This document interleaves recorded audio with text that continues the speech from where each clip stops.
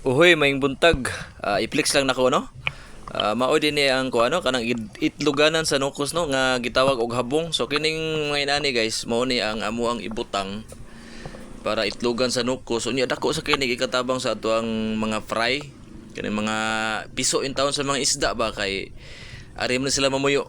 So bisan og pangnukos siya pero double purpose siya guys kay ang mga piso sa isda kani mga fry nga gitawag na to kining gikan nila sa pagpiso mo ni lang himuong taguanan so dako kini ikatabang sa ato ang dagat sad no nga naay mga daghan nga inaani no so kaning habong guys no kang among gigamit ani kinirang mga dahon sa sagmut sa dahon sa bayabas dahon sa kahoy nga bisit unsa lang kana mga bisitas so tanawa ang kuano ang mga isda no nga namuyo ubay-ubay sa ni sila no mga fry ning uban sa kanang solid na apoy fry sa muong ug uban pang klase-klase nga isda so nindot kay sila tanawon guys no kay nagad gihimo gini lang balay in taon ang habong so maura to